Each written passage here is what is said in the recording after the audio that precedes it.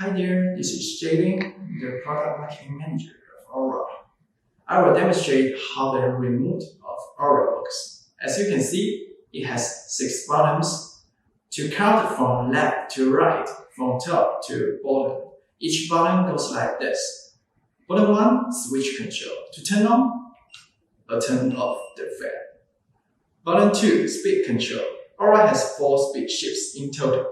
You can simply switch from speed 1, 2, 3, and finally the speed 4, which is the natural wing mode.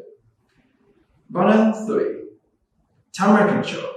By pressing this button, the timer setting will be shifted between 2, 4, 8 hours, and if you press again, you might hear a double dip, which means you have switched off the timer.